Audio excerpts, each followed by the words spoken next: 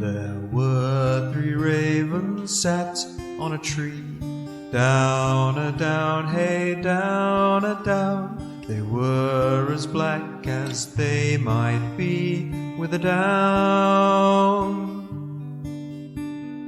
One of them said to his mate, "Where shall we our breakfast take? With a down, derry, derry, derry, down, down." Hello and welcome to the Three Ravens podcast. I'm Martin. I'm Eleanor. And today we're talking about the history and folklore of Nottinghamshire. I'm telling my take on the legend of Robin Hood, and we'll be answering important questions, like, what do you serve with a Nottinghamshire pudding? Are all Nottinghamshire romances doomed? And which Nottinghamshire bridge is haunted by an invisible, cow-bothering boggart? Well, colour me intrigued. And after this episode, we're going to be halfway through Series 4. I know, how about that? Still, we should start the episode in the customary way by thanking our new supporters on Patreon. Yes, thank you. Hello and welcome to the Conspiracy of Ravens, Kit and Rebecca. All hail Kit, King of Patreon. All hail Rebecca, King of Patreon. Thank you both very much for signing up. And if you, dear listener, would like to support Martin and I and aren't already a member, please do sign up to our Patreon, where for $3 a month or $6 a month, you can unlock ad-free listening, access to our Monday episodes early, and tons of other exclusive content. Exciting things like last week's brand new Three Ravens Film Club episode, all about the classic folk horror movie The Wicker Man, and our brand new newsletter for June, packed with folky delights. Yes, aside from the month's major historic folk customs, it contains a new tarot spread and a magic spell to try, information about the Celtic trees for the month, details of the zodiac signs and various celestial movements for the month, recommendations of film and TV we've been enjoying, and more. To sign up to the Patreon, do just visit patreon.com/Three Ravens podcast and give it a try. You can cancel at any time, and every bit of support really does help. And with the Patreon exclusive Film Club episode about The Wicker Man now out, our attention turns to our next Film Club film, which for June 2024 is Ari Aster's rather excellent 2019 folk horror film Midsommar. If you've not seen it, do. And if you have seen it, email us your thoughts about the film for inclusion in our next Film Club episode recording, either on social media or via email to threeravenspodcast@gmail.com. Yeah, if you let us know your thoughts about Midsommar by Monday the 24th of June, then we'll be sure to include them in our episode recording. And do email threeravenspodcast@gmail.com with your local folklore for inclusion in our next listener episode, and with entries to the Three Ravens Ghost Story Writing Competition. Yes, please keep those entries coming. The competition will be open until the end of our 4th series in July, and we're looking for original ghost stories of up to 3,000 words. We'll read all the stories you send and pick our favourites to release as part of our Haunting Season Spookstravaganza in October. We also hope that you're enjoying the current Three Ravens Book Club pick, The Familiar by Lee Bardugo. And, if you can, try to finish the book in time for Saturday the 15th of June, when, at 7 p.m. GMT, we'll be meeting up with members of the Three Ravens community live on YouTube to chat about the book and gronk away to our heart's content. And last but not least, if you would like to join us for one of our upcoming live shows, do please buy yourself a ticket for Three Ravens Live at Chichester Festival on the evening of Thursday the 4th of July, when we'll be performing our Series 4 finale, all about the history and folklore of Sussex, or for our live show at Battle Festival on Saturday the 24th of August. Yeah, in that very special episode recording, we'll be exploring strange legends and weird traditions related to the times of the Norman invasion. In addition to chatting about what Anglo-Saxon life was like in Sussex and Kent at the time, including ancient beliefs in weird monsters and strange magic, we'll discuss some of the fun folklore of the time and area, such as giants, dragons, and ghosts, and then I'll be telling an original and rather silly version of the story of William the Conqueror's quite stabby and surprisingly construction-focused holiday to our side of the English Channel. Both shows will feature live music, storytelling, quite a few giggles, and a Q&A session afterwards, so do search online and book some tickets for either Three Ravens Live at Chichester Festival on July the 4th or Three Ravens Live at Battle Festival on August the 24th for a couple of hours packed with lore, legends and laughter. And also, also, you can come and see us at Black Shuck Festival as well, which will be taking place in Bungay in Suffolk, where the legendary Black Hellhound rampaged all those years ago, from Friday, August 2nd to Sunday, August 4th.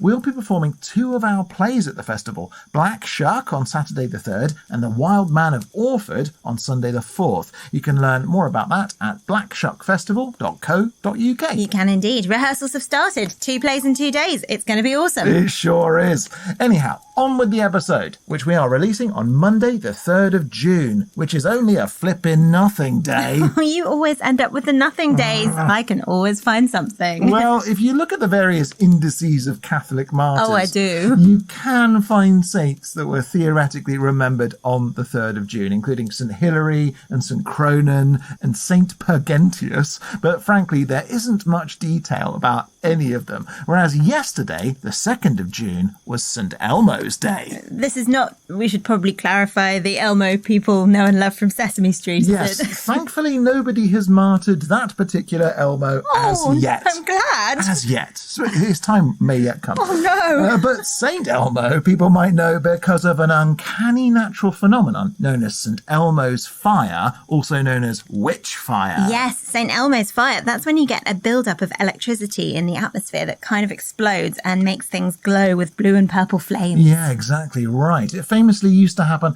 quite a lot on ships' masts back in the day, but is observable on tall buildings like churches and sometimes during thunderstorms on the horns of animals like deers and bulls. And St. Elmo's fire is named as it is because St. Elmo is the patron saint of sailors. And did St. Elmo have a suitably horrible death? Not just one death, Eleanor. He had 3 horrible deaths. 3? That Yeah. seems very greedy. I mean, his saint score is going to be off my card at this rate because most saints only die once. Well, not St. Elmo, or to give him his full name, Erasmus of Formia, who lived at the end of the 2nd century and died for the final time in 303 AD. And you say the final time, but how did he die for the first time? Well, so he was an early Christian, not a healthy thing to be in the times of the Roman Empire. So the first time he died, he was captured during the reign of the East Roman Emperor Diocletian, tried at Antioch, and then wrapped in chains and tortured to death. Only at the point of his demise, an angel appeared and whisked him away to Lycia. Gosh, well, that was quite lucky, wasn't it? An angel appearing and teleporting him away to a safe place. Yeah, I wouldn't go so far as to say safe, but certainly safer than a torture chamber in Antioch. Anyway, at Lycia, he made a recovery and once again set about being a missionary, conducting baptisms and preaching and doing all the things a good early Christian ought to do, which drew the ire of the emperor of the West Roman Empire, Maximilian. See, I feel at this point somebody ought to have said to Erasmus, buddy, you got to be more careful. Well, maybe they did, but by then, of course, it was too late because, again, he was put on trial and again he was sentenced to death. And in a very nasty way, he was put into a barrel, the insides of which had been ringed with spikes. And then some Roman centurions carried him up to the top of a hill and kicked him down the hill. So he rolled round and round, getting all squished and marmalised. Yet, once again, most fortunately, an angel appeared and teleported him to Illyria on the Balkan Peninsula. And did he, once in Illyria, make the decision to stop preaching? Of course not. He figured, hey, 3rd time's a charm, and was eventually recaptured, led out into the middle of a Colosseum covered in pitch, and set alight. Hence St. Elmo's fire. Yeah, St. Elmo's fire indeed. The other reason it said they call it St. Elmo's fire was because he once preached in a thunderstorm and was almost struck by lightning, but kept on going regardless. What a determined fellow. Yeah, indeed. Anyway, and sadly for Erasmus, who one presumes was transmuted into St. Elmo as he burned, no angels came to save him this 3rd time, and it said his abdomen was split open and his intestines wound around the windlass of a ship, so a kind of crane basically for lifting heavy weights, which was then raised, pulling his guts out in a long juicy string And that's why he's the patron saint of sailors. Oh, that is grim. And I would argue also a fourth death. If he's been burnt, I'd say actually having his guts then kind of wrapped around a ship like a reel of cotton. Yes. Is a fourth death. It's a twofer, isn't it? Yeah, it is, and it's awful. And it probably never happened. But St. Elmo's Day was yesterday. So happy belated St. Elmo's Day. And maybe, dear listener, if you're condemned to death once and saved by an angel, perhaps consider mending your ways. Let alone if it happens to you twice. Indeed. And with that, shall we try to convince the county criers to stop creating anomalous electrical discharges and have them ring us into Nottinghamshire? Let's. Now come here, Sparky. It's time to ring some bells.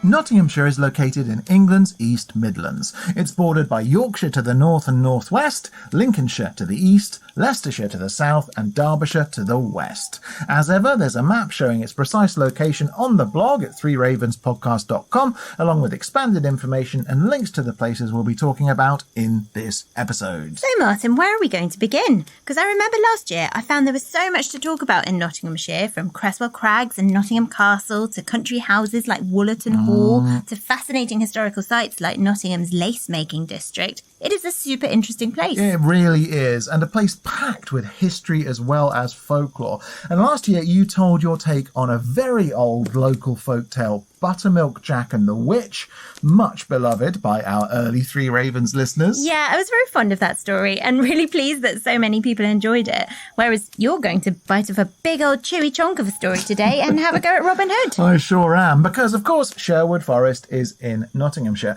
But to kick us off, let's hear from our local legend for this week, James Wright. A very interesting man. Yes, indeed. Now, if you've not heard of James or seen him on TV, he's an archaeologist who lives in Nottinghamshire, whose focus is on the history and folklore of ancient buildings. He's written several books, including The Castles of Nottinghamshire and A Palace for Our Kings. And his brand new book, which comes out this week, is called Historic Building Myth-Busting, Uncovering Folklore, History and Archaeology. And because James is a local and knows the county so well, I asked him about Nottinghamshire, and this is what he said. But when you talk about Nottinghamshire, though, as you say, you're a resident of the county. You've already mentioned a big name of something that kind of moves beyond the rational, and that's Sherwood, of course. But how do you think the county is seen in England more widely? Like, do you think people know much about Nottinghamshire, or is it just like part of the East Midlands to the average bloke on the street? Well, I think most people are aware of Nottingham as the county town, and it has a reputation. It's very well known on the music scene. If a band is going to tour Britain, the UK, they're probably going to come to Nottingham, so it's well known for that.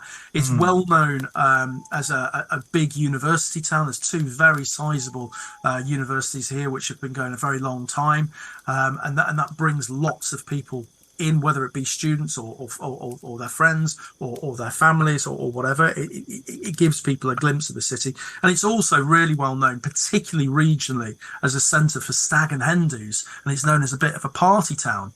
That said, it does also enter into the news for unfortunate and unpleasant events. It's been in the news again recently about the very tragic stabbings which occurred recently, and it has been known and still occurs that there's quite a lot of gangland crime in the city. So there's the naughty side of Nottingham as well.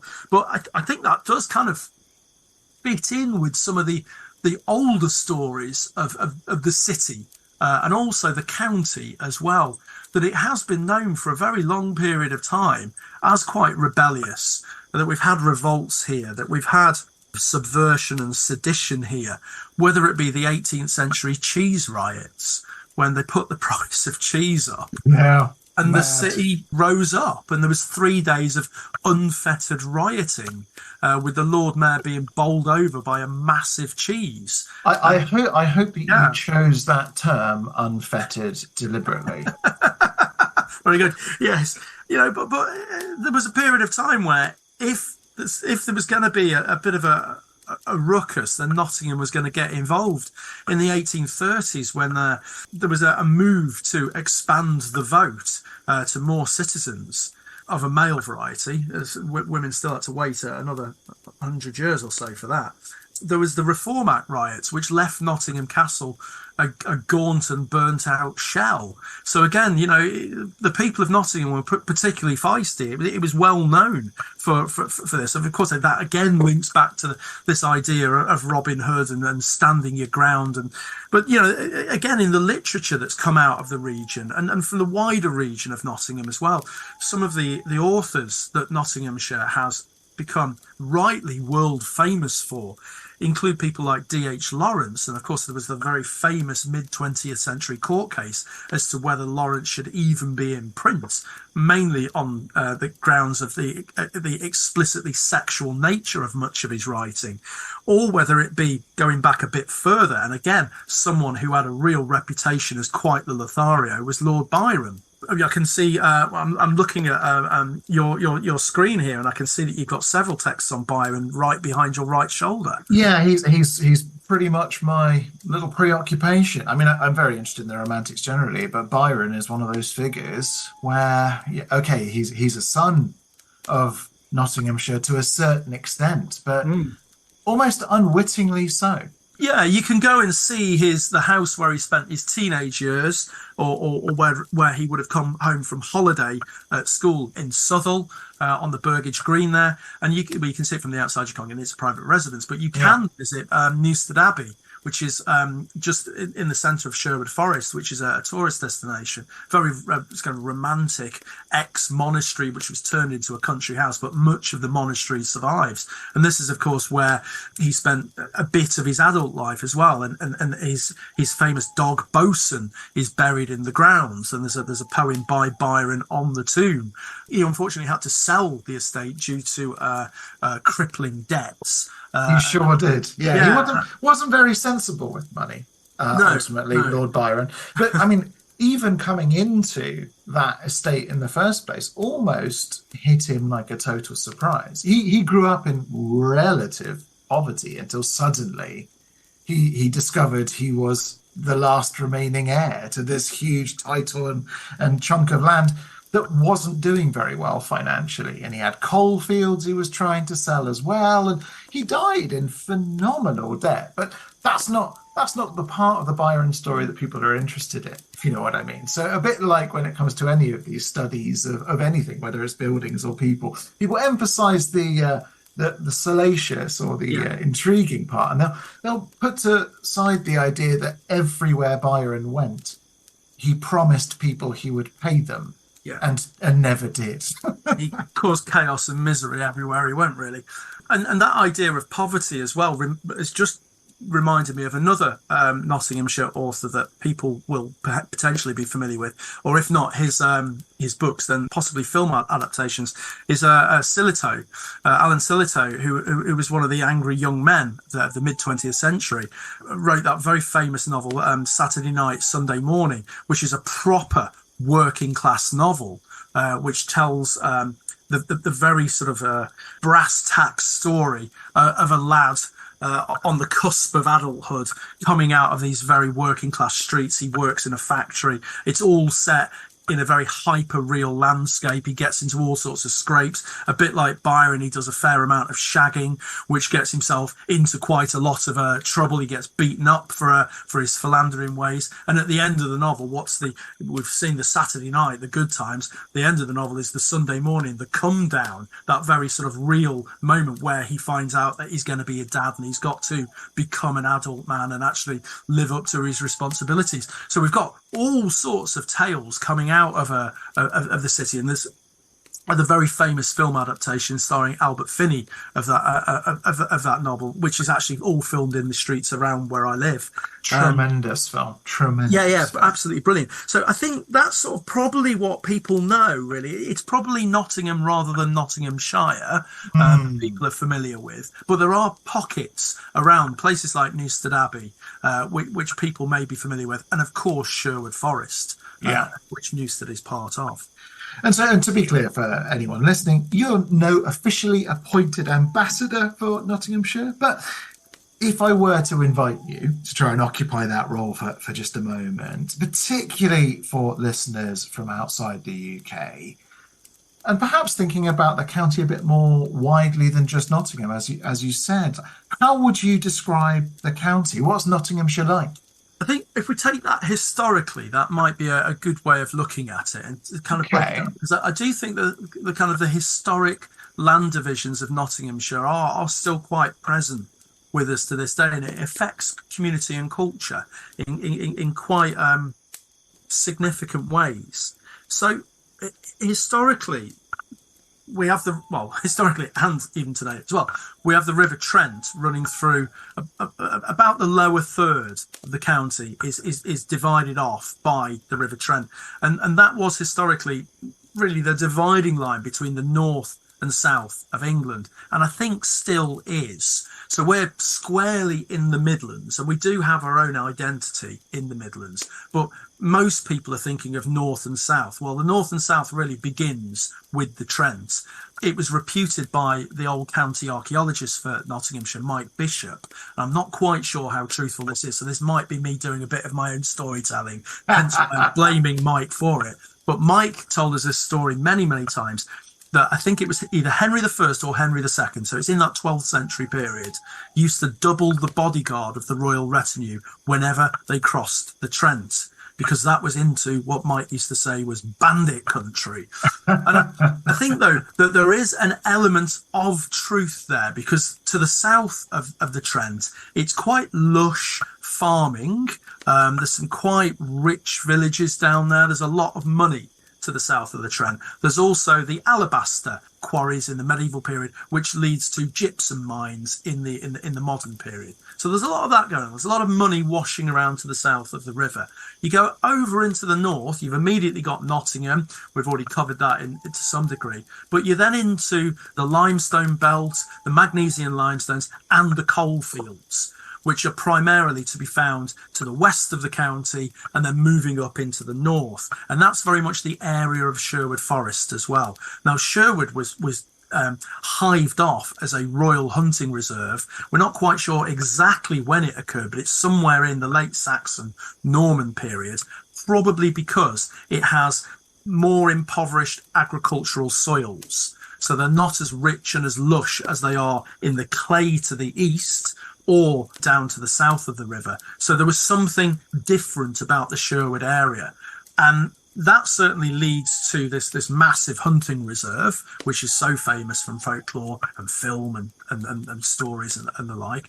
But this was somewhere where people could not, say, carry a bow and arrow. They could not take their cart off the King's Highway. Their dogs had to be have their claws clipped, basically to preserve the beasts of the chase. Now that then has a knock-on effect in the post-medieval period, because again, it isn't this primary agricultural land. So what ends up happening is they find out that there's actually coal there, and this is occurring from the 15th and 16th centuries, and that develops into a massive industry. But again, that is an industry which is very much being run by and for the elites. And so you've got a very sort of hard-bitten working class there as well. And of course, the rug is massively pulled out from them in the mid-80s as a result of the closure of so many of those pits. So culturally, that part of the county to the north and to the west is very different to what's going on to the east and the south. And those differences are still very, very apparent to this day. You know, you've got very well-heeled villages and market towns to the south and to the east, but the areas to the west and to the north are still to this day experiencing extreme poverty and extreme difficulties, and there's lots of social deprivation going on in those regions.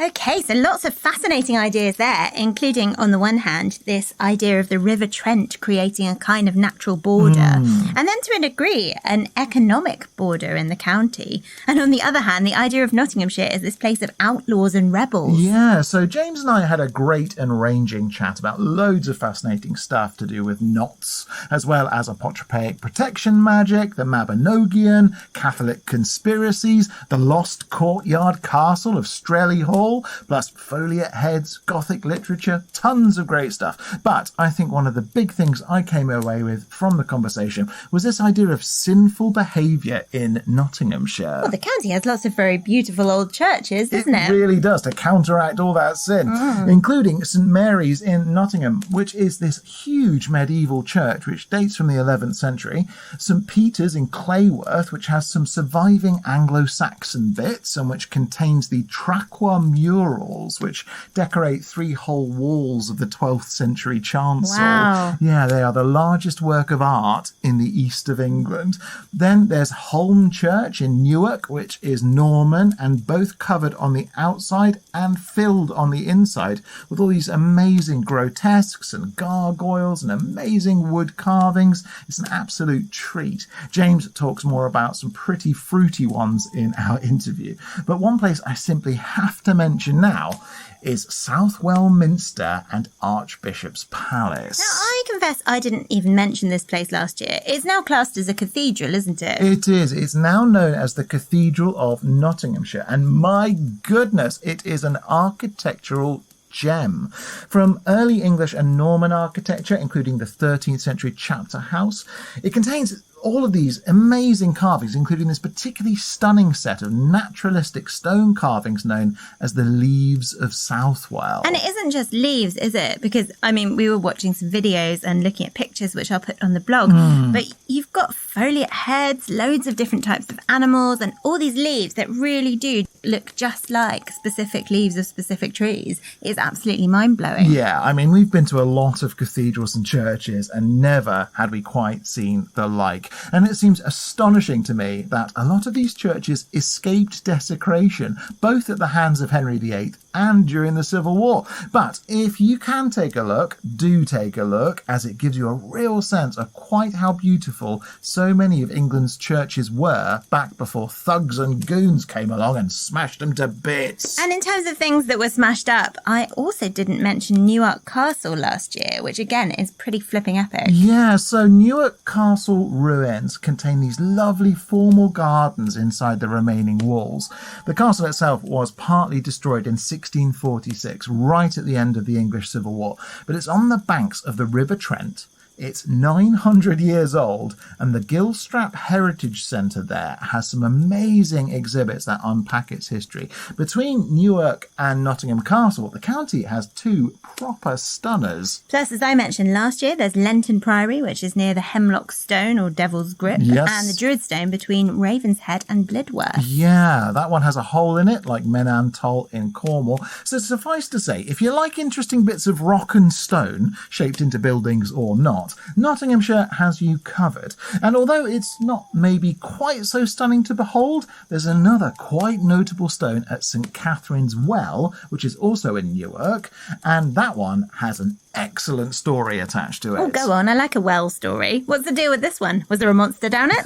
Oh, or the sound of ghostly drums signalling the death of a monarch? Not on this particular occasion, at least as far as I know. Rather, it's a tale to do with love, death, and sacred healing. Sounds great. Yeah, so the tale is said to have its roots in the 12th century when a rich noblewoman, Lady Isabel de Cordwell, was being courted by 2 knights, Sir Everard Bevercuts and Sir Guy Saucermere. Both men did all sorts of things to try and win her affections, from questing and buying her gifts and generally being lusting, thrusting heroes, but eventually she settled on Sir Everard and invited him to meet and walk with her on St Catherine's Eve, November the 24th, but Sir Guy Saucermere heard that they were meeting and so barged in on their tryst. Oh no, I can't imagine this is going to end well. Well, it didn't, because Sir Guy sprung a sneak attack on Sir Everard, killing him on the spot. But there, it said, where his body fell, a wellspring bubbled up through the earth. As wellsprings will do if you're not careful. Well, yeah. Now, even if Lady Isabel had wanted to get with Sir Guy beforehand, after that incident, she wanted nothing to do with him, and it said she shut herself away, would never look at him again, and eventually died of a broken heart. So Sir Guy, not knowing what to do with himself, went off on crusade, hoping to redeem himself in the eyes of God. And did it work? Well, Sir Guy proved to be a devastatingly effective warrior, one who fought like a devil and did all sorts of astonishing things on the battlefield. And although he was cut up and stabbed and shot with arrows and even caught leprosy, it seemed that no matter what he did, he couldn't die. Oh, so he was cursed to live. That's the general idea. So anyway, after returning from the Crusades, he became a travelling pilgrim with leprosy, making his way to Avois in France, where he's said to have had a vision telling him to return to the wellspring where he had killed Sir Everard all those years ago. This he did, eventually getting there, sick yet staggering ever onwards, and of course he bathed in the waters of the spring. And did the sacred waters heal his wounds? They sure did, restoring Sir Guy to full health, after which he built an enclosure around the spring, built a chapel there dedicated to St. Catherine, and became a monk known as Guthred. Then, for centuries afterwards, the well became a pilgrimage site famed for its healing powers. I mean, that's a great story. But I have to say, it seems like a pretty raw deal for Lady Isabel and Sir Everard. We can perhaps presume they're united in death and the afterlife, but still, doesn't really seem fair at all. No, probably not. Still, shall we cheer ourselves up and talk about Nottinghamshire's county dish? We should. I'm rarely more cheered than when I have a full stomach. So, Martin, what historical, gastronomical delights, or indeed horrors, does Nottinghamshire have to offer? Well, Nottinghamshire is famous for a few notable foodstuffs, including, interestingly, HP sauce. Oh, so I always thought HP sauce, or Houses of Parliament sauce, also known as brown sauce in England, Yes. was invented by the government. No, Which now I interestingly. say that sounds really silly, but you know what? It's just a picture of the Houses of Parliament on the labels. Wow. Just picture them cooking it up. It's understandable, but no, it was invented by a man called Frederick Gibson Garton in Nottingham during the Victorian era. He was a famous sauce maker and made several different sauces in his lifetime, including Nottingham sauce, Sandon sauce, banquet sauce, and one of the first commercially available Indian chutneys, which was basically mango chutney. But with HP sauce, originally it was simply called brown sauce and was invented to show off a range of exotic ingredients imported from India and the Far East. That's the bit of the story I know, that the sauce was intended to show off a combination of the fruits of the empire. Yeah, so its ingredients include vinegar, tomato puree, garlic, tamarind, ground mace, ground cloves, ground ginger, shallots, cayenne pepper, raisins, soy, flour and salt, and it was immediately very popular, so much so that it was soon being served in the restaurants of the Houses of Parliament. So Frederick Garton took advantage of that, I'd wager. He sure did, repackaging his sauce as Houses of Parliament sauce, HP, and it remains the most popular brown sauce on the market worldwide, occupying 73% of the brown sauce market, with spin-offs including HP Fruity, HP Spicy, and HP Barbecue Sauce, which is the UK's best-selling barbecue All sauce. starting out from Nottingham. Yep. And then another famous foodstuff from the county is Cropwell Bishop Stichelton, which is an English blue cheese. It's similar to Stilton cheese, except it doesn't use pasteurised milk or rennet. The name comes from a form of the name of Stilton village in the 1086 Domesday Book, and Stichelton is a multi-award-winning cheese, much loved. I can confirm, it is delicious. But HP sauce is a condiment, and as delicious as cheese is, we can't call it a dish. We can't. So our recipe today is very old, certainly dating from medieval times, utilising another very famous Nottinghamshire invention, the Bramley apple. Oh, well, the Bramley apple is a very famous thing. Not great to bite into, but delicious once cooked. Yeah, I mean, some people just call them cooking apples, but Bramley apples came originally from the Minster town of Southwell, where the original Bramley apple tree apparently still flourishes. And in terms of Bramleys, they are a pretty tart and rather large type of apple. And in this recipe, which is known as Nottinghamshire pudding, or Bramley apple pudding, or apple in and out, It's properly ancient. So we normally think of using Bramley apples and sauce to accompany roast pork or goose, or to go in an apple pie or an apple crumble, which makes me wonder, is this a savoury dish or a dessert? Well, originally in medieval times, this was considered a savoury dish, so would accompany meat, like at a roast dinner, for example. But I think you could easily turn it into a dessert and enjoy it with custard or ice cream. And what does that actually involve? Well, it's dead simple. First, you make a pudding batter, like you'd make for a Yorkshire pudding or toad in the hole or something like that. So eggs, flour, milk and water, plus salt if you're going savoury, sugar if you're going dessert. Next, you add ground nutmeg and ground cinnamon. Then you butter a baking dish, take a Bramley cooking apple, one per person, peel and core them, then put them in the dish, filling the centres of the apple with your batter mix. After that, you pour the rest of the batter into the dish, so the apples are sitting in the batter, and bake for about 45 minutes to an hour until the batter has risen and browned and the apples are nice and soft. And that's it? Yeah, that's it. Sounds quite like a baked fruit turnover or something, or like a peach cobbler. Yeah, I imagine it would be quite similar. And like I said, you could totally make a sweet one and have it with custard or cream or ice cream, but I'm a bit more tempted by the idea of having it as a savoury thing on the side of roast pork or goose or something. Yeah, I can imagine that being really delicious, especially with the nutmeg and cinnamon. Yeah, me too. And there you have it, Nottinghamshire pudding, or apple in and out, a recipe eaten by Nottinghamshire's monks and its squires and its noble ladies for well over 800 years.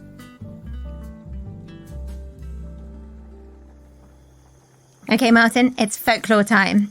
And last year we spoke about the wise men of Gotham, who we now know are the wise men of Goatholm in Nottinghamshire. Yes, we did and we do. And for those unfamiliar, the Wise Men of Gotham stories are a collection of about a dozen surviving tales of the men of this town doing silly things intended to throw off tax collectors seeking money who retreat from Gotham, spelt Gotham, having witnessed the seemingly mad men of the town engaged in things like trying to drown an eel, or sending letters by tying them to the backs of hares because hares run faster than messengers. There's loads of them, and they're pretty famous bits of Nottinghamshire lore. And I remember there being quite a few witch stories, which I kind of blended together a bit into my Blidworth witch tale from last year. But what else did you discover? Well, there's quite a macabre story that I rather like called The Fair Maid of Clifton, which is based on events which occurred in the late 18th century, around 1795, when a beautiful young woman from Clifton called Margaret was apparently quite the object of affection, with tons of suitors seeking her hand in marriage. It has echoes of Lady Isabel again, I must say. I mean, the tale does have things in common, although there were many, many more young men all throwing their hats into the ring with Margaret, trying to convince this beautiful village maiden that they should be the one that she chose. And who won out? Well, eventually, she accepted the proposal of a yeoman farmer called Bateman, and it said that they would meet at the cliffs at Clifton Grove above the River Trent to hold hands and smooch and have picnics, counting down the days until they got married. Only then a new suitor appeared, a very old, very rich man called Germain. And Germain was a widower, had tons of money, and although he was far from handsome and not much liked in Clifton or the surrounds, Margaret saw an opportunity, i.e. that she could marry Germain and when he died inherit his wealth and live free and happy. Whereas presumably with Bateman she would have become a farmer's wife and have had to work the land a little bit. Yeah, presumably so. Anyway, she says to Bateman, sorry buddy, I know you're handsome and strapping and all the rest, and you do make a cracking picnic partner, but I'm going to break off our engagement and marry old Germain. Oh, don't do it, Margaret. Oh, she did do it. But Bateman said, don't do this, Margaret, for if you do, I shall die of heartache and haunt you and make you miserable until you're mine once again. Blimey, that's a bit portentous, isn't it? Yeah, it sure is. But Margaret doesn't care. She brushes him off, and a wedding date is set with Germain. In the lead-up, she sees nothing of Bateman. But then, the morning of the wedding, she throws open the shutters to her bedroom and sees that Bateman has hanged himself from a tree right outside her window. Bateman, no! Yep. And obviously Margaret is deeply disturbed by this, and with the omens being so bad, Germain cancels the wedding and breaks it off altogether. He can't be bothered with the trouble. To make matters even worse for Margaret, just as he promised, Bateman returned as a ghost, haunting her every night. slowly but surely driving her mad. So what did she do? I mean, move out of Clifton would be my suggestion. Go husband hunting in the next town over. Well, perhaps Margaret wasn't the brightest button, because after months of Bateman visiting her and begging her to join him, she apparently just went right back up to Clifton Grove, above the River Trent, and threw herself off the top. Oh, Margaret! Yep. It said that she died from the fall, unsurprisingly, and that not only do the ghostly couple still haunt Clifton Grove, but it's also said nothing will grow anywhere around the spot where they used to meet for their lovers' trysts to this day. Well, that's good and spooky. Bravo. Bit of romance, bit of bloody revenge, a lot there to enjoy. Well, thank you. But you're right in the sense that between those two ladies, the Fair Maid of Clifton and Lady Isabel de Cordwell, it seems to me that romantic entanglements in Nottinghamshire might be a little bit fraught. Yeah, who knows if every Nottinghamshire romance ends in supernatural goings-on. If you have first-hand experience, do please email us at threeravenspodcast@gmail.com. Now, it's worth saying that we didn't mention it last year, but Nottinghamshire is said to have at least one black dog legend. Yay, a shuck. Yep, this one has been spotted several times on Crow Lane between Newark and Bartley, including by several generations of the same family, which is quite interesting. With sinister consequences? You know, did someone then die suddenly afterwards? Well, I mean, I imagine someone somewhere died suddenly afterwards, but my understanding from what I read about these members of the Smalley family, nothing bad happened that they reported. Wouldn't it be terrible if this shuck appeared to a member of the Smalley family and it did signify something? Like what? Like that a member of a particular family in Lincoln was then destined to explode. What? And every time this happened, someone in Lincoln is spontaneously combusted, while the members of the Smalley family are just like, oh yeah, there's the black dog again. It could be happening. Oh, it could well be. Seems almost certain in my mind. And there's also a quite famous boggart in Nottinghamshire known as the Brocculo Boggan, which appears near the bridge on the road to Parsons Hill outside the village of Laxton. And what does this boggan do? Well, nobody's actually seen it, as far as I can tell, so it could be an invisible boggan. But apparently, no farmers will ever put their cattle into the fields nearby as they freak out and break the fences and don't like it. And otherwise, I don't know, it's just like a spooky bridge with a goblin under it. I mean, no offence to the Brocculo Boggan, but we have our own little boggart down by the bridge in our village, which keeps nearly collapsing the bridge, meaning we have highway maintenance out every 5 minutes. Yes. And again, no farmer is going to put their cattle down there, not least because it's a whacking great floodplain. Hey, Eleanor, just don't be mean about the Brocculo Boggan, particularly as we've now mentioned it a whole bunch of times, meaning it's only going to grow stronger. Well, it needs to, I think. Evidently, it needs to grow a bit stronger. Perhaps it lacks confidence in itself. Yeah, maybe. I think the best thing we can do as a Three Ravens community is talk about the Brocculo Boggan as much as possible so it grows a bit more mighty and becomes a proper feature of life in Laxton. If anything, we'd be doing the boggart and, honestly, the whole area an enormous favour. Oh, I can see the headlines now. Folklore podcasters jailed after boggart eats entire Nottinghamshire village. No press is bad press, Martin. Well, moving swiftly on. The biggest figure of Nottinghamshire folklore is, of course, Robin Hood. And as I've mentioned, that's what my story is going to be about today. But when I spoke to James, I did ask him for his thoughts on Robin Hood. And what he had to say was really interesting. Well, we've been skirting around this for the last hour, really, haven't we? But, you can't get away from the fact that probably the thing that Nottinghamshire is most famous for is Robin Hood. Yeah. And the Merry Man and Guy of Gisborne and the Sheriff of Nottingham and Richard and John and the like. It's tremendously popular folktale, which still yields numerous film adaptations, TV shows, all sorts of versions. It's still a tremendously popular story. You can kind of see why. Maybe it comes in waves.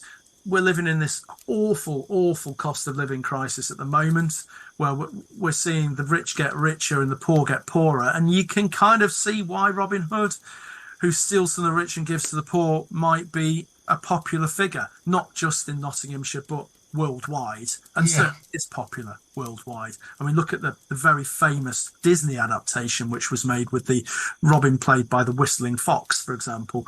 But, it continued to be popular, whether it be Prince of Thieves in the 90s, the more recent Russell Crow adaptation in the 2010s. I can't remember. I haven't seen the most recent film and TV versions of it. For me, though, I got into it very much through the 1980s Robin of Sherwood TV adaptation with initially Michael Praeden, latterly Jason Connery. In the titular role. I liked the darkness of that storytelling. I liked the very overt paganism of it. It really resonated with me. I was far too young to watch it when it first went on because it's really violent. And it was on a Saturday tea time in the 1980s. I was about 6 at the time. I should not have been allowed to watch it, but it gave me a lifelong love of those stories. I got to go to the Russell Crowe premiere because I did some work around that. There was lots of sort of outreach work and that kind of thing. So, I've been involved in elements of the Robin Hood story, if not necessarily as a deep scholar of the subject, but it is, living in and working in Nottinghamshire, particularly as a medievalist as I am, you cannot get away from it. I think historically, though, there's been a bit of a reluctance to play on that by, in particular, the local authorities, the councils in the region, have for some reason shied away from it. And it might be because it's this idea of selling the outlaw. Yeah. Do you necessarily want to broadcast that your famous, legendary scion was essentially a criminal? Yes, criminalized for his activities. Yeah. And I think there's a difficulty there for authorities, but you can really contrast, and I don't think it's just the councils either. I think it's lots of local businesses as well. For example, if you go down to Tintagel in Cornwall, it's King Arthur tea rooms and Guinevere's hairdressers and Lancelot Inn or whatever. Literally every business has got some connection to the Arthurian myth, and they've really gone to town with it. They've got this fantastic, beautiful, romantic island castle down there as well. It's not like that in Nottingham. There's only one or two businesses which kind of play on it, and really the local authorities don't make a big deal of it at all. It's almost like there's an embarrassment about it, and I think that's wrong in all respects, because yes, he may have been criminalised for his behaviour, but I suppose if you look at the purity of the story, he was standing up for the people. He was looking out for the oppressed, and that surely is one of the greatest morality plays of all time, and that should be supported and looked after. Whether or not there ever was a Robin Hood, well, I mean, lots of people have sucked their teeth and ruminated on that and all of that, and it's not really something I want to get into. But what I can say is that if you do look at the history of the development of the myth, the legend, the story, however you want to put it, there are certain things which do resonate. So the first mention in the historic record of Robin is from the 1370s. It's from Langland's Piers Plowman, where there's a kind of a criticism of a priest who knows the stories of Ranulph of Chester and of Robin Hood, but doesn't know his Our Father, the Paternoster. He knows his folk tales, but he doesn't know what he's supposed to know. That's the very first mention of Robin Hood in the literature out there. And it's kind of it kind of indicates that by the 1370s, these stories must already have been very popular. But when you actually look at the kind of the more developed, earliest written accounts of the Robin Hood stories, which come a little bit later from the 15th century, you can start to see that he is set within a particular time frame. And it's not the period of Richard I and Bad King John in the late 12th, early 13th century. It's actually a little bit later, what's probably the later 13th or more likely the earlier 14th century, because the king in question is always referred to as Edward. So that's got to be after 1273 when the stories are being set. And of course, you've got your first mention at about the time of the death of Edward III. So there've been Edwards for about 100 years, from 1272 through to 1377.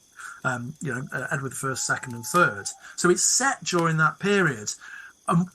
What's really struck me when I've looked at this and I've looked at that period is that there was a lot of problems, not just in England, but specifically in the East Midlands and in Nottinghamshire at that period of time, which did lead to a lot of social deprivation. And sometimes you get asked on podcasts and they're like, if you could live in any period, when would it be? And my answer to this is a kind of an anti-answer. It's not the 14th century. Yeah. Yeah. You can drop me in the time machine anywhere but the 14th century, because it was a rotten time to be alive. Right at the beginning of the century, you've got this environmental catastrophe, which I'm sure we can all appreciate at the moment, where you start to get what's called the Little Ice Age. The temperatures drop. There's much more rain. It leads to very, very cold winters and wet summers. That almost immediately has a knock-on effect, and you get a massive famine. There's also plagues as well. Yep. This is of the animals. And then, of course, you've got the bubonic plague. You've got constant war with France, constant war with Scotland. It's just not a great time to be alive. Really, it's the first time since the Norman conquest that the population drops, and it drops, of course, massively in the mid 14th century, and continues to dip down for quite a while because the plague returns. So you've got all of these massively enormous problems going on. And if you then take this at the microcosm of what's going on in Sherwood Forest, there's a period in 1315-16 where Edward II comes and overwinters at his great palace in Sherwood Forest. And he spends 3 months there with his great retinue. And this is hundreds, if not low thousands of people. And they've eaten everything for miles around. And he's sending rangers out over the Trent into Lincolnshire, which is kind of 30-40 miles, and you can imagine if they're going that way, they're going the other way as well, etc. So they've eaten everything. Meanwhile, the local population are absolutely destitute. They're absolutely starving. And what Edward does is he's so worried about this that he builds himself a fortified farm, basically to create food for the household, which he's kind of batting off the locals away from. That's why it's fortified, and it's also kind of a bolt hole for him as well. His palace isn't fortified, but this fortified farm is, so he's got somewhere to run to, because he's having this sort of Barney with his cousin Thomas of Lancaster. So it's all going wrong in this 1410s, early 1420s period. And what happens is very curious, is that the local population keep coming up to Edward anytime he's in Sherwood Forest, and they're putting in petitions saying, look, we're dying out here. You've taken 300 acres of our land off us for this farm. We haven't got food. We've had our cattle forcibly taken off us. We're no longer allowed rights to what's called husband and haybut, which is where you can take firewood and building wood from the forest. That's gone. There's all sorts of problems at a critical moment. And you sort of look at this and you think, well, that sounds like the kind of the pressure cooker environment that a Robin Hood might emerge from. And whether or not there was a character that was Robin Hood is another matter entirely.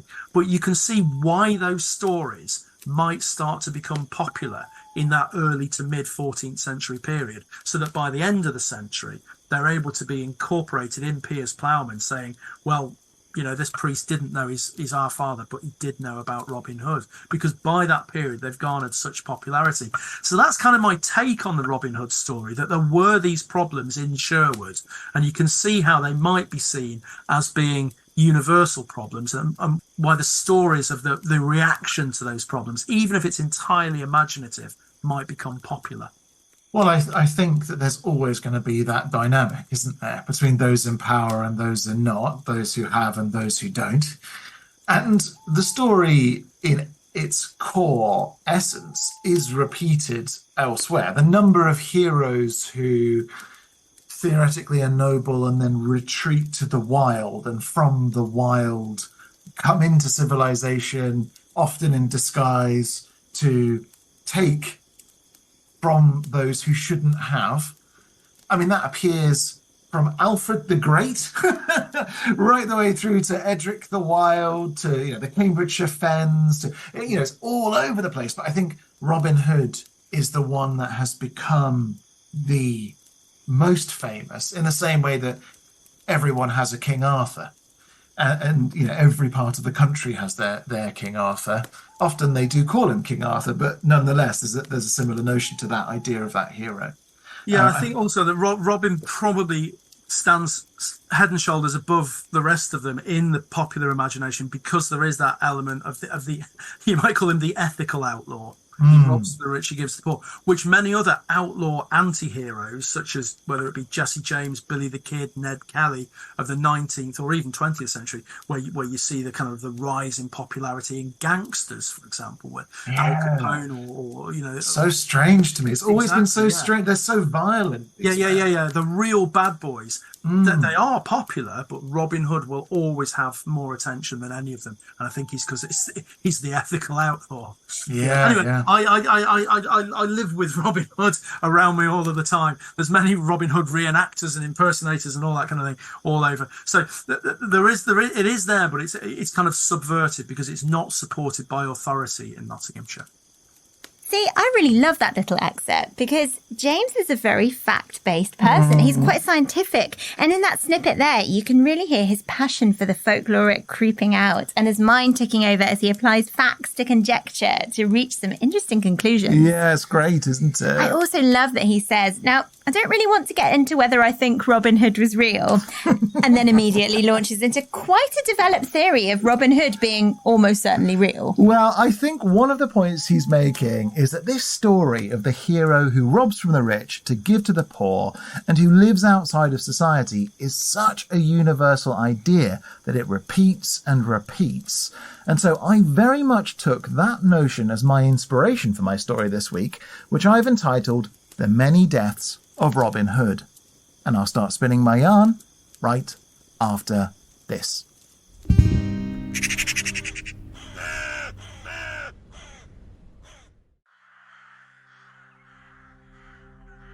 It's said that if you want to know which way the wind is blowing, you should take a handful of straw and throw it up into the air and watch it fall. Another way to judge is to listen to the legends of Robin Hood, who has lived and died so many times that he dwells in every blade of grass you crush beneath your feet as you walk, in the sounds of every river when it flows, and in the creeping bark and sap and timber of every tree whose leaves whisper softly to remind us. For in times long past, Robin was a fairy. He sprouted from the ground like a mushroom, wore leaves around his face like the rays of the sun, and ran through the forests with the deer. He chittered with the blackbirds and loved Queen Mab, whose gowns were all of spider silk and whose promises broke like rocks pounded into sand. He stole milk from the udders of grazing cows, lit fires in the marshes, and wound clothes from the wool of sheep and rams, which time turned green with moss and lichen, whether Robin chose to wear them or not. From caves as dark as night's black mantle, he fired arrows made of moonbeams. Some cast spells of love, others spells of sickness. Some people loved him, many feared him, and like all truly magical beings, when his time came, he died. But his spirit lived on in the chatter of birds and the snuffle of badger paws and the midnight screams of foxes. Before long, of course, he was born again and worked as a yeoman farmer. He loved Clorinda, a shepherdess who herself lived a rough and lonesome life until they met. Though when they came together, it was a love for the ages. They kissed down beside the river underneath the May Day sun, and all the fish gawped and gossiped and thought it marvellous. It was not Robin's right to marry her, but still they wed, winding roots about one another's fingers and hiding their glowing hearts like burning embers deep amongst the oldest, deepest, tallest trees. Come winter, they would poach the game from gold-fat lords to fill their bellies, and when caught or seen by a wily gamekeeper, they fled like flocks of jackdaws. Most times they hid through wit, and so escaped and lived on, but once caught, Robin and Clorinda were strung up upon a gallows tree. The birds feasted on them, the crows cawing that it was a shame their love had been lost, much like their empty cottage deep within a secluded dell. As for the cottage, in time the roof fell in, mice making homes within the simple bed inside, beetles scuttling across the places where the lovers once sat to talk and laugh and hold each other's hands. And all those creatures spoke on of them, retelling their story, until, in time, another Robin and another Clorinda fled, whether from a jealous lord or vicious king, or the church, or a cruel husband, a vicious wife, or debts one or other owed, and came to that ruined hovel. And there they rebuilt it, and retold that old story through the language of bricks and planks and thatch, and their flesh and bones and kisses.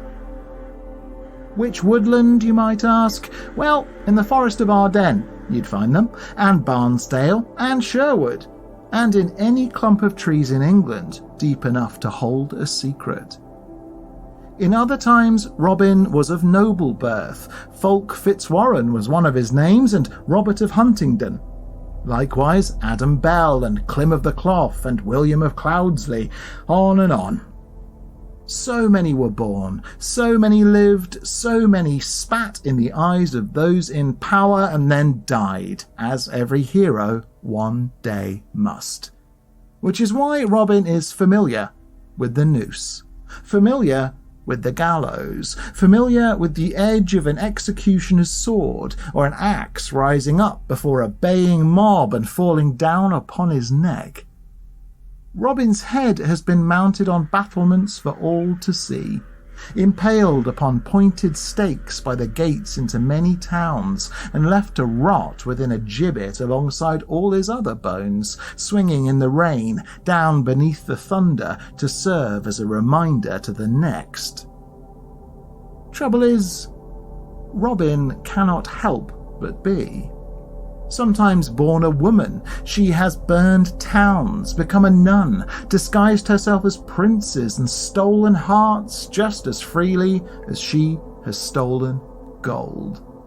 And most of all, Robin was never and is never alone.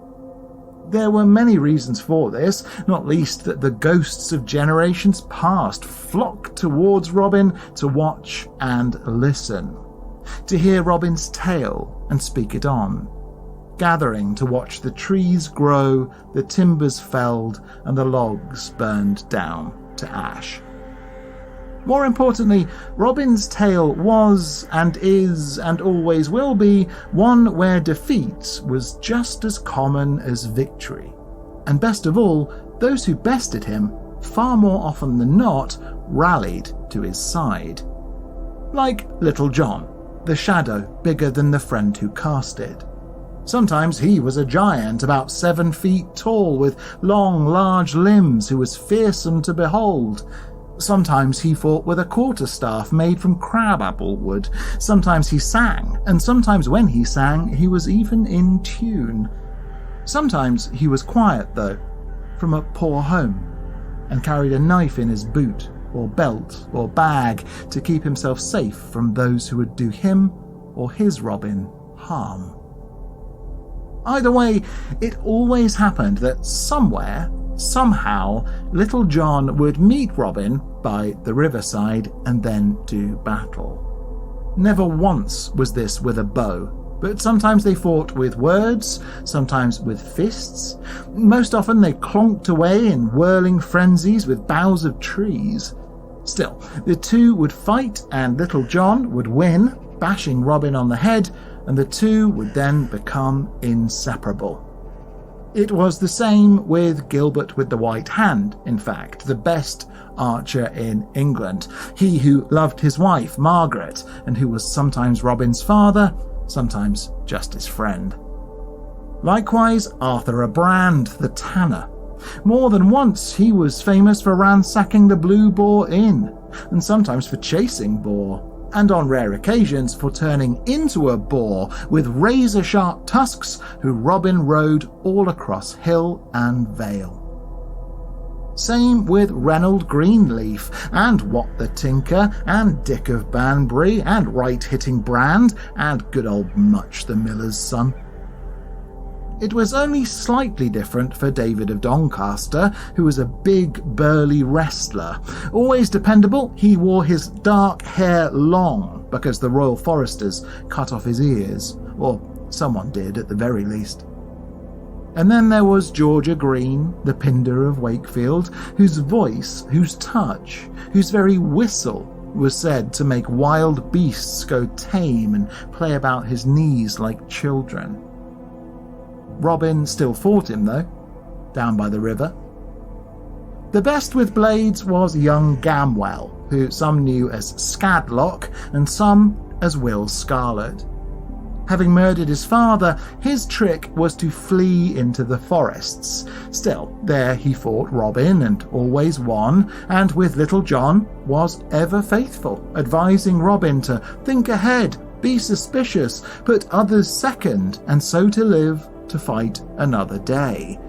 But Robin, being Robin, rarely listened. Ever and always, though, after the fight at the river, they would feast, whether on chicken legs or pheasants poached, or after shooting some fat doe in the wild. They almost always wore green, apart from when they wore black or red. Still, each new comrade was celebrated, changing their name in a baptism of song and dance and meat and drink. The animals in the undergrowth absolutely adored those parts, from the owls up high to the woodlice down low to the moles down even lower, who didn't watch but listened and used their imaginations. Most often, Robin and the rest stole from the clergy, roaming the forest and hiding in bracken. Sometimes Robin would wear disguises, acting as a friar, for example, encountering lusty priests on horseback and begging them for a silver groat to help the starving poor. And the priests would say they had no money because, they said, they'd already been robbed that morning. Didn't everyone know the woods were full of thieves? And the priests might speed away on their horses after that, or Robin would prevent them. After which the clergymen would fall onto their knees afraid and promise to pray for some money to miraculously appear. Sometimes they would actually ask God, and sometimes not. But when Robin searched their robes and saddlebags, fortunes would always be hidden within them.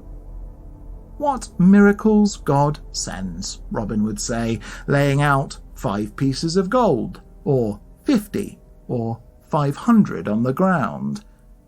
Sometimes the monks would keep a share for praying so earnestly, but the rest went with Robin, of course. And not every monk or palmer was corrupted, though some would have a Clorinda with them, or a Matilda, or a Mary, or other women by oh so many names which the priests kept with them for sinful kinds of pleasure. In other cases, those trolls and harlots and poor young girls were the treasure Robin liberated, sometimes to fall in love with, sometimes to set free. From time to time, the monks were hermits, such as Edward, who lived in the times of Cuthbert, or Eustace, who was a pirate too in the age of Henry III. There was another called Robert in the reign of the Lionheart, but their given names weren't that important because we all know them as Tuck. Just ask the bees about Tuck, because crikey could that man make mead. He was a great wit and a great mind and a great fighter and a great cook. Well, usually. And those Tucks would often meet Robin and begin a duel of words, or would carry Robin partway across a river before one or the other fell into the surge. At least that's what the rivers say when you ask them, and have told many a washerwoman down by the reeds across ages too many to count. Still, Tuck would minister to Robin's men through food and ale and deep hedge wisdom. But Tuck was not the singer of tales in the group. That duty fell to Alan Adale, the broken-hearted bard who Robin made sure to save from a life of utter loneliness. For it was Alan Adale who loved Christabel, the beautiful maid forced to marry an old knight for whom she had no affection. Robin, with bravery and daring do, always rescued her, with Alan Dale at his side and Will Scarlet and Little John almost always in tow. Together they held back the old knight, bested his guards, and then Friar Tuck, dressed in stolen bishop's robes, married the bard to his beloved, right there at the old knight's altar. Any rats in the skirting boards poked their pinked noses out in the air to watch, because Alan Dale would sing right afterwards, and there was normally some smooching, which the rats rather liked. And ever after, Alan Dale sang the songs of Robin and his merry men. They would finish their days with music and dancing, retreating to their caves. And they would kneel and take 3 oaths, bending to kiss the forest's holy grass, promising that they never again would lie, even though they often did. Promising that they would never again try to persuade maidens to sin, which also quite frequently happened. And promising, most importantly, that they would be charitable to the poor, which they almost always were, as everybody knows. And so Robin would meet an old woman lamenting that her sons would hang for killing the sheriff's men or for poaching the king's deer, and Robin would persuade an old man to trade his ragged clothing for Robin's fine garments. And in this disguise, Robin would offer to be the sheriff's hangman, only at the gallows, Robin would blow a horn and the merry men would arrive. Blades would clash, arrows would fly, the accused would be saved, and the good would escape back to the greenwood. Very often there were geese thereabouts, honking and having a merry old time.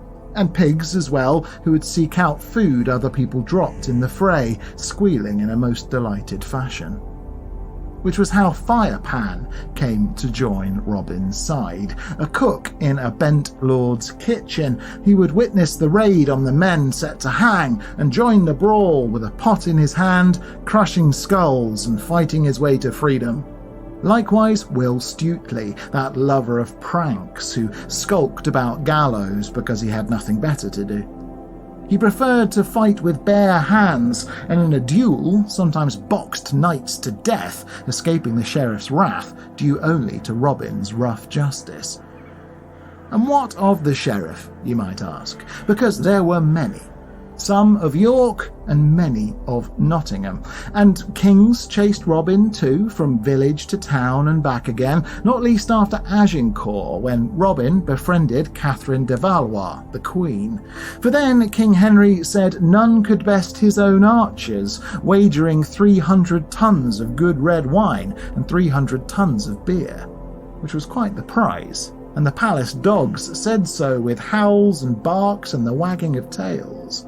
And so Robin and the merry men came in disguise and shot for the Queen, winning the prize and enraging the king, who may have one day caught them and had them strung up, yet may have not. Though the sheriff, for there always was one, hated Robin. Sometimes they had nasty little moustaches and smelled terrible. Sometimes they had tiny little eyes or bad teeth. Often, though, they were normal sorts of people. Reasonably handsome, but greedy and prideful like so many are. And the sheriff absolutely hated it when Robin met the sheriff's wife in Nottingham Market, and the wife invited Robin to dinner. There, the sheriff, who didn't know who he was, challenged Robin to a contest of shooting arrows, which Robin, of course, naturally won. "Where did you learn to shoot so well?" the sheriff would ask. "From Robin Hood," came the reply, and the sheriff became truly enraged. Sometimes the sheriff even wagered a kiss with his wife, which was rather unwise. Either way, afterwards the sheriff tried everything to catch Robin, but never could. He hired assassins, such as Guy of Gisborne, who journeyed into the forest to hunt Robin down for coin. And Guy, that foul villain, who dressed in black horsehide and sometimes came to England from across the Irish Sea, rode out to find Robin where he dwelt.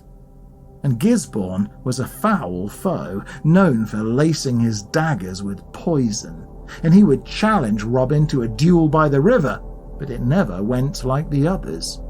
Some say Guy stabbed him, leaving him dead. Others that Robin, despite stumbling and being very close to death, cut off Guy's head and stuck it to the tip of a bow. And sometimes Robin killed the sheriff too, sometimes by putting an arrow right through his heart. Sometimes that honour fell to Little John, and sometimes it went to no one at all. Such as the time when, after aiding Sir Richard of Verrydale, the sorrowful knight, who was indebted to the church to such an extent that he was forced to live in rags, and Robin, with the merry men, saved him, stealing gold from the church to pay back that very debt, and buying Sir Richard new clothes, a new horse, and the right to once again live in his castle, the Sheriff of Nottingham made a plan to trap Robin once and for all. The contest he called was to win an arrow with a head and feathers of pure gold and a shaft of glittering silver. All the finest bowmen came from every county thereabouts, Robin amongst them, in disguise as per. Some say there was a princess too, Marion, or a prince called Marion, and hair colours varied from blonde to redhead to black, but normally part of the prize was they would place a kiss on the lips of the victor. And because it's believed the sheriff loved Marion, or Marion, for perhaps this sheriff had no wife, or no husband, or did but didn't love them, or perhaps that particular Marion or Marion was the sheriff's spouse, the contest took on new meanings and got rather fraught, which the chickens in the background very much enjoyed, and the cows and the horses, and, if there was one, the ferret. Robin always won, of course, splitting the wand 3 times. And whenever the sheriff was sure of who Robin was, he called his guards and trapped him and locked him in jail. But the king, who at the time was perhaps called John, or perhaps called Edward, or perhaps called Henry or Richard or something else, heard of Robin's plight, with word reaching him from Sir Richard, the sorrowful knight, who spoke of the golden arrow and the kiss denied, and the king would issue a pardon. That, or Robin blew his horn, or Little John did. Whatever the case, the merry men saved the day. Except when they didn't, and Robin died again. As for Marion, was she not Clorinda, or Matilda, or Mary? Was her cousin called Elizabeth de Stainton, the prioress of Kirklees, daughter of Robert Fitzwalter? Or was she a lady-in-waiting to Eleanor of Aquitaine during the Crusades?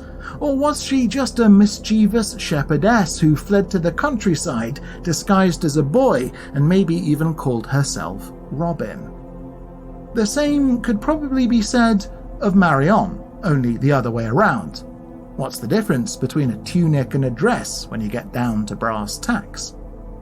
Of course, Robin was once cursed by the Witch of Kirklees, just like after a long life in the wilds, Robin was betrayed and bled to death by a prioress who was paid to cure a long illness but was corrupted. The maggots and flies liked that one and feasted out on it, in both senses. And Robin had been warned not to go by Will Scarlet, but didn't listen. So was buried by Little John in graves all over England, unlike Little John himself, who was buried in Heathersage Churchyard in Derbyshire, or at St Mary's in Beverley, or hanged for his crimes in Dublin. Then again, some say Robin is still with us and lives on that council estate. You know, the one everyone talks about, where things are very bad, except for the people, who are very good. Truth is, though, all we know for sure is that at least once Robin was a yeoman, and that the number of like-minded souls in his service was between 20 and 70, and that they robbed from the rich and gave to the poor. And that when Robin sought to know which way the wind was blowing, he knew his own story because he lived it. Either that, or he would take a handful of straw and throw it up into the air and watch it fall.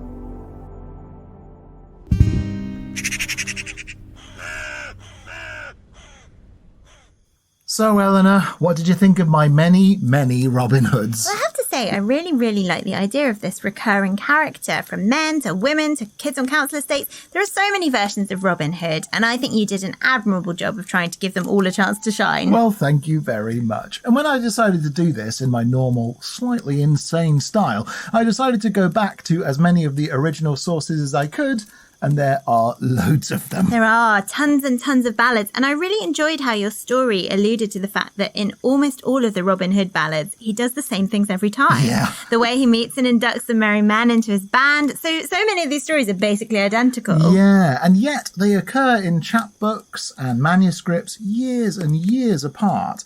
It very much seemed like there was a kind of frame or expectation for how those interactions worked that came up time and again for hundreds of years. And I spoke a bit about this in our Nottinghamshire episode for Series 1, but as you spoke about in your story, Maid Marian is a really late entry into his story. Before her, there are all these other women he falls in love with, and also in some versions, he's really just in love with the Virgin Mary. Yeah, he sure is. And I did sort of want to write a whole story where Robin Hood was a woman in disguise, maybe Maid Marian herself.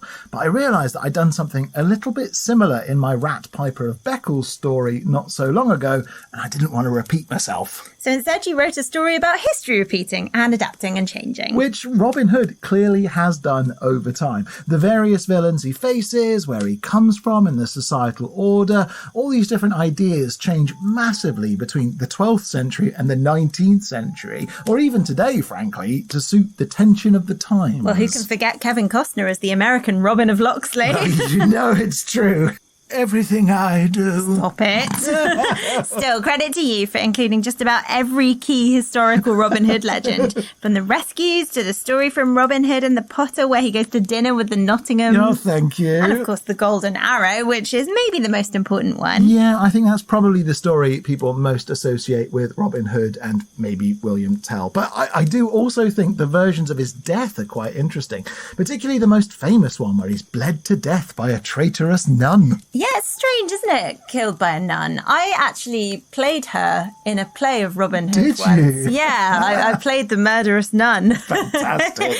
But then again, religion and the corruption of church institutions, as well as legal institutions like the law or the crown, are absolutely central to the story of Robin Hood, aren't they? Oh, definitely. And I do think at the point we're at in history, we're ripe for a new version of Robin Hood, because times are bad for a lot of people, and yet there seems to be a goodly number of sheriffs of Nottingham all doing rather well for themselves. Yes, indeed. So shall we talk correspondence? Let's do it. And again, third week in a row without a new review on iTunes or Apple Podcasts. Oh, no. Well, hopefully we'll get one soon. And who knows, dear listener, it could be you who writes it and ends this dry spell. Oh, I do hope so. Because, of course, if you haven't reviewed Three Ravens wherever you listen, do please, as it really helps other people to find us. And if you write us a review, we will read it out. Which is exactly what Lissa, St. Sugal, Dot and Moomin Mama did on Spotify. Thank you all very much. Oh, well, what did they say? Well, Dot wrote on last week's Local Legends interview with Kath Edwards about Warwickshire. Brilliant as always, which was very nice and to the point.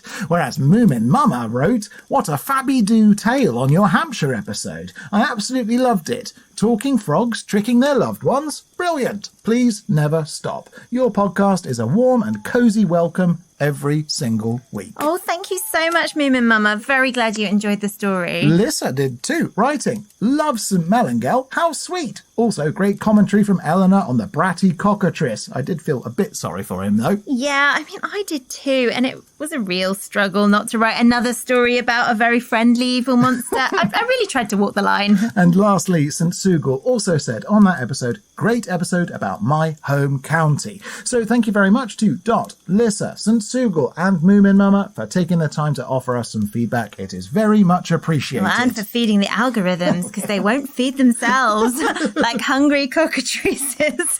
If we don't keep prodding the AI overlords, new listeners will not find Three Ravens. And that would be very bad. So yes, thank you very much to everyone who's been sharing and liking and commenting on things on social media this week. Sorry I haven't been posting quite as much as normal, but it has been super busy. Although we did receive a truly excellent message from Robert. Here, check this out. Okay, so Martin's passed me an article from the Daily Star, which is not perhaps one of our nation's most respected newspapers, but still, this headline is incredible. It reads, "Paranormal experts say there may be a portal in an English forest, letting in werewolves." Oh, yeah. Now, that is news. Yeah, forget the general election. This is the news that really matters. Yep. The article goes on to say, Cannock Chase in Staffordshire is a spooky hotspot. Well, we knew that, and we discussed it in our Staffordshire episode. But the journalist, Sian Hewitt, continues, with dozens of sightings of supernatural creatures. Author Lee Brinkley, who has researched the area for 2 decades, believes there could be a door to another universe letting them in, and fears something terrifying may enter our world soon. Yeah, I mean, the article doesn't actually say much more than that, aside from Lee Brinkley having a theory that Cannock Chase is kind of like the Upside Down in Stranger Things. Still, absolute corker of a headline. No doubt about it, but I must say, as we know from last week's Goblins episode, werewolves don't come through portals. No. The Fae come through portals. I mean, really, werewolves just grow up naturally in their little dens in the forest, don't they? You tell them, Eleanor. Thank you, though, Robert. And please, dear listener, do send us this sort of tip-top, splendid journalism, finger on the pulse of the happenings of the UK, and any other local lore or spooky goings-on or general nuggets of folky goodness to 3ravenspodcast@gmail.com. Likewise, please do keep joining and sharing things and sharing messages through social media on facebook.com/3 Ravens Podcast, Instagram @3 Ravens Podcast, and on Twitter via @3 Ravens Pod. And the gang on the 3 Ravens Podcast group, big gronks now and always. As mentioned earlier, please keep the entries coming for our 3 Ravens Ghost Story Writing Competition. And if you'd like to come and see us performing the podcast live, then do buy tickets for our shows at Chichester Festival and Battle Festival. Of course, if you would like to support the podcast and aren't already a member, do sign up to our Patreon for ad-free listening and tons of exclusive content, including our new Film Club episode about The Wicker Man and our June newsletter, all available for just $3 a month or $6 a month at patreon.com/3 Ravens Podcast. And where will we be headed next week, Eleanor? Next week, we are off to Oxfordshire, your old stomping ground. Yeah. But before then, we've got a brand new Dying Arts episode all about glove making. And then on Saturday, of course, the full Local Legends interview with the fascinating James Wright will be shooting through your RSS feed like an arrow from Robin Hood's bow. Well, that's most exciting. Until then, though, while our story has gone that way, we'll go this way. And remember, don't whistle until you're out of the woods.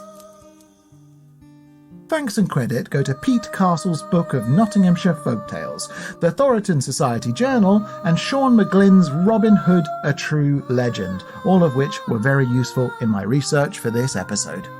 Our theme song is the traditional folk ballad 3 Ravens, performed by Eleanor Conlon and Ben Harbour. And our logo is by Ollie James Dare. The 3 Ravens podcast is a Rust and Stardust production, written and produced by me, Martin Vaughs. Thanks for listening. God send every gentleman, such hounds, such hawks, such leman, with a down, derry, derry,